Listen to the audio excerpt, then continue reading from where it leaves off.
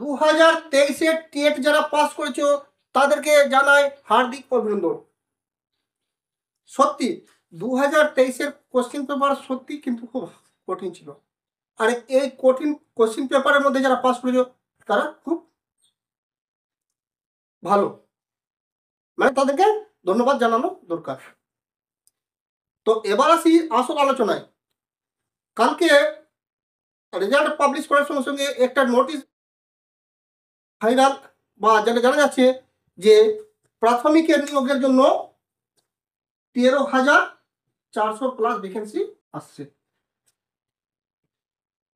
এবার 13,400 ভ্যাকেন্সি, এই ভ্যাকেন্সিটা কি ঠিক? যদি এই ভ্যাকেন্সিটা অফিসিয়াল হয় তবে এর জন্য একটা কিন্তু আন্দোলন দরকার, বড় আন্দোলন। ঠিক আছে, কেন আন্দোলন দরকার? 2022-এ মোটামুটি 1.5 লক্ষ প্লাস, কত? 1.5 লক্ষ প্লাস পাস করে আছে টেট। 2023 কত হলো? 2023-এ মোটামুটি 6,400 প্লাস।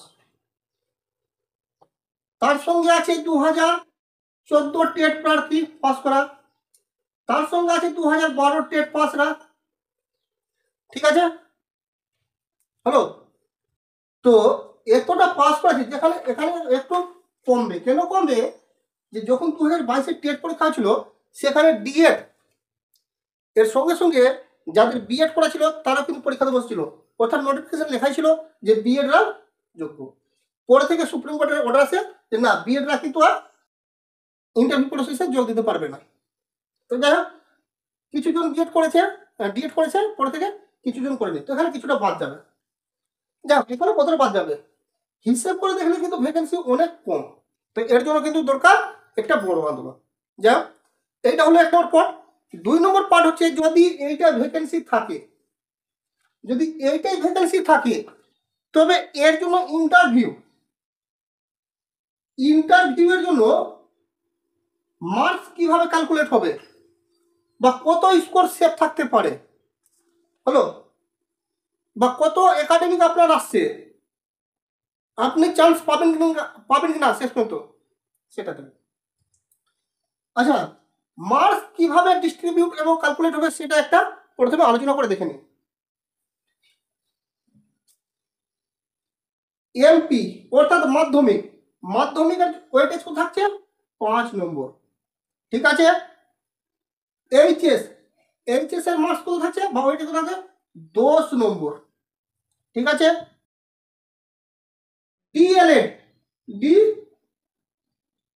ডিএলএড কত থাকছে? 15 নম্বর। টেটে কত নম্বর থাকছে? 5 নম্বর। এই পার্টটা হচ্ছে আমাদের মেন পার্ট, অর্থাৎ 35 নম্বর। আর কি থাকছে? এক্সট্রা কারিকুলাম, এক্সট্রা কারিকুলাম কত? 5 নম্বর। কিন্তু এখানে কিন্তু জানতে হবে যে এক্সট্রা কারিকুলামের নাম্বার সবাই কিন্তু পাবে না। এটা কারা পাবে? এখানে 5টা টপিক আছে, আমি কয়েকটা টপিক বলছি। যেমন ধরে নেন কারো এনসিসি করা আছে, যদি কারো এনসিসি করা থাকে 1 নম্বর থাকবে, পাবে।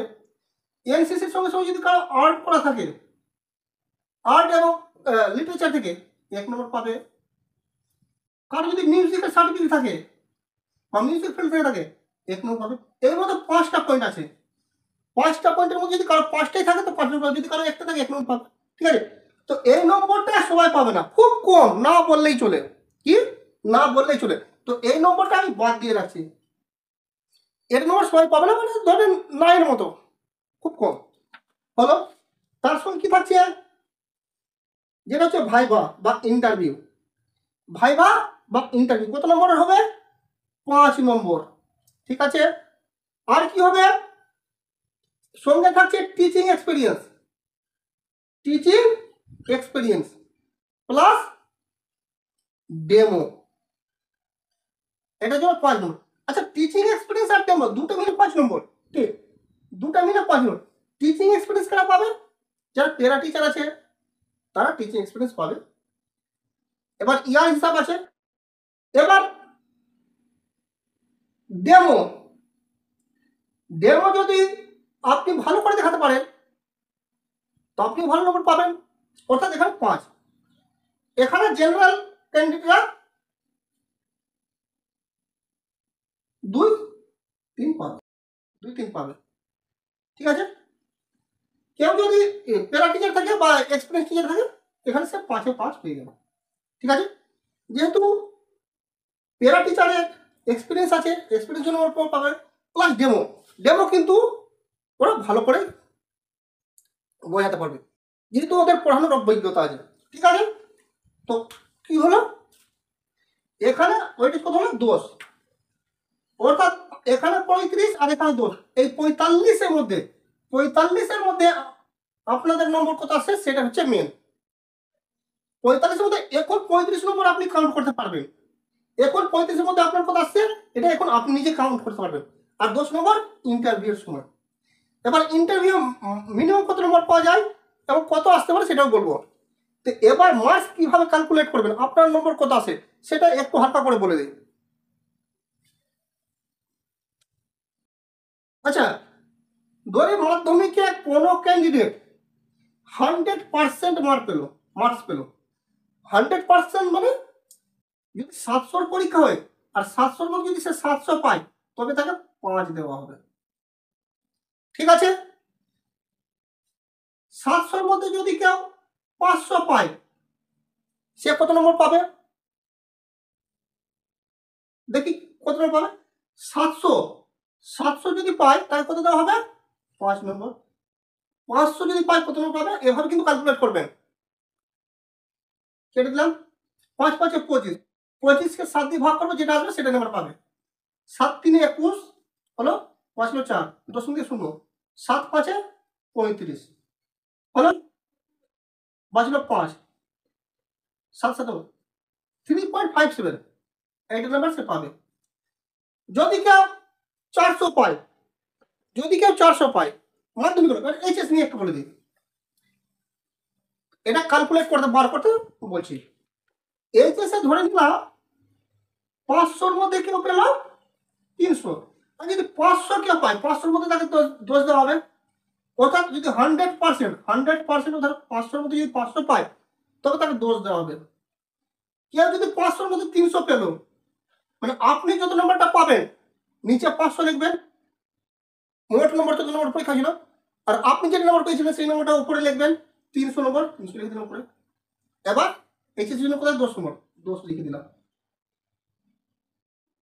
5 10, অর্থাৎ 6 নম্বর। এইভাবে ক্যালকুলেট করবেন, অর্থাৎ যত নম্বরের পরীক্ষা সেই নম্বরটা নিচে লিখবেন। 500 নম্বরের পরীক্ষা 500 নিচে লিখলাম। এবার আপনি যত নম্বর পেলেন সেটা উপরে লিখবেন, 400 লিখে দিলাম। এবার এইচএস এর বার করছি, এইচএস এর ওইটা কত 10, এখানে 10 লিখে দিলাম। এভাবে কিন্তু ক্যালকুলেট করব 8 নম্বর। তো আপনি এভাবে ক্যালকুলেট করতে পারেন যে আপনার নম্বর কত আসে। ঠিক আছে, এবার যেটা আসল কথা যে কত স্কোর হলে আপনার কিন্তু চাকরি পাওয়াটা কনফার্ম হয়ে যেতে পারে সেটা আলোচনা করি। আমরা কিন্তু এখন 35 আর একটা আনুমানিক এই 10-এর মধ্যে ধরবো, অর্থাৎ 45-এর মধ্যে একটা আনুমানিক করবো। আনুমানিক বলতে সামনে যে রিক্রুটমেন্ট হচ্ছে 2020 সালে তার উপর ভিত্তি করে এবং বাকি ইয়ারের উপর ভিত্তি করে একটু এক্সপেক্টেড দেওয়ার চেষ্টা করবো।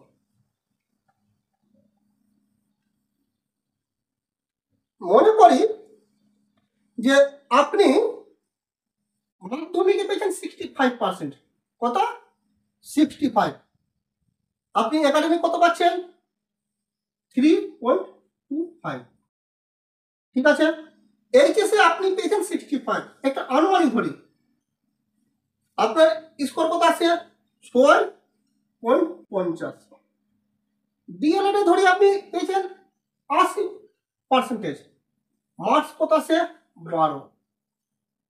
টেটে পেয়েছেন 90 নম্বর, আপনার মার্কস কত আছে? টোটাল করে কত হলো? 24.75। বোঝা গেল কত হলো? 24.75। এইভাবে মার্কস ক্যালকুলেট করবেন। আপনার মার্কস অবশ্যই জানাবেন কমেন্টে। এবার কত পেলে জেনারেল এসসি এসটি ওবিসিরা চাকরি পাওয়ার চান্স থাকবে। এই 24.75 যে হচ্ছে জেনারেল, জেনারেলের যদি এই একাডেমিকটা, জেনারেলের যদি এই একাডেমিক 25+ থাকে, 25+, আর ইন্টারভিউ মিনিমাম যদি সে 7 পায়, ইন্টারভিউ যদি 7 পায়, ইন্টারভিউ ডাউনি যদি 7 পায়, তবে কত আসে 32। অর্থাৎ জেনারেল ক্যান্ডিডেটের যদি 32+ মার্কস হয় তবে চাকরি পাওয়ার কিন্তু চান্স থাকবে। ওবিসিদের কত? ওবিসি এ বি বলছি না, কারণ এখানে মার্কসের ডিফারেন্স কিন্তু খুব একটা বেশি হবে না, পয়েন্টটা চেঞ্জ হবে পয়েন্টের জন্য। তবু ওবিসিদের ওভারঅল এই মার্কসটা যদি 24.5+ থাকে, 24.5+, আর ইন্টারভিউ যদি 6.5 বা 7 করতে পারে, অর্থাৎ 31 নাম্বার, ইন্টারভিউ 7, 31.5 প্লাস যদি থাকে তবে কিন্তু চান্স থাকবে। এসসিদের একটু কম হবে। এসসিরা এই স্কোর যদি 23+7 30 নম্বর করতে পারে তবে কনফার্ম। আমি এখানে সেকেন্ড ধরছি, এখানে ম্যাক্সিমাম নাম্বার ধরছি। এখানে যদি কারো ইন্টারভিউ কম হচ্ছে, এখানে কিন্তু নাম্বার একাডেমিকে ভালো থাকতে হবে। ইন্টারভিউ যদি কেউ 6 পায়, এখানে তার 24 থাকতে হবে। ওভারঅল কিন্তু এই নম্বরটা আনতে হবে, ঠিক আছে। এসটিদের কিন্তু অনেকটাই কম যাবে। এসটিদের কত? এসটিদের 5+6 28+ থাকে, তবে কিন্তু চাকরি পাওয়ার চান্স থাকে। এবার 2020 যেটা নিয়োগ হয়েছিল তাতে জেনারেল ভ্যাকেন্সি ছিল 11,000 খানে, তাতে ছিল 12, 14 এবং 17 টেট প্রার্থী। তো সেটাতেও গেছিল মোটামুটি 32-এর আশেপাশে জেনারেল, ঠিক আছে। আর এসসি গেছিল 29-এর মতো, ঠিক আছে। এবার এটা ভুলও হতে পারে, আপনাদের মতামত অবশ্যই কমেন্টে জানাবেন। আপনাদের নম্বর কত আসতে পারে। তো যদি ভিডিও ভালো লাগে তাহলে লাইক করে দিবেন এবং চ্যানেলটাকে সাবস্ক্রাইব করে নেন, যাতে পরবর্তী ভিডিওগুলো আপনারা দেখতে পারেন এবং কিছু জানতে পারেন। তো thank you for watching SSC A1 YouTube channel.